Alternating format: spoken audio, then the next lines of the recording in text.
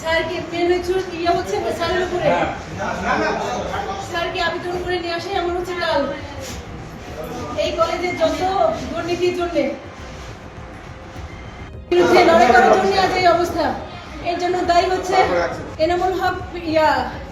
এনামুল হক ভারপ্রাপ্ত ছিলেন, যে মুখলেসুর রহমান কমিটির কনভেনর ছিলেন, আর শফিকুর রহমান ম্যানেজমেন্ট, আর খণ্ডকালীন যেটা খণ্ডকালে নিয়ে আছে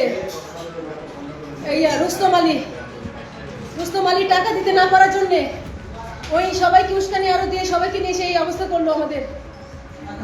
ওনাকে টাকা দিতে হয় প্রতি মাসে ওনাকে টাকা দিতে হয়। আমার মায়ের কবরের পাশে আমার কবর করা আছে, ওখানে একটা গাছ আছে, ওটা দুটো গাছের একটা গাছ কেটে কবর করা আছে, মালরিতে আছে। আমি যদি মারা যাই আমার কবরের পাশে, আমার মায়ের কবরের পাশে গাছটা কেটে কবর দেওয়া হয়। আপনাদের কাছে দেশবাসীর কাছে বিচার চাইবো।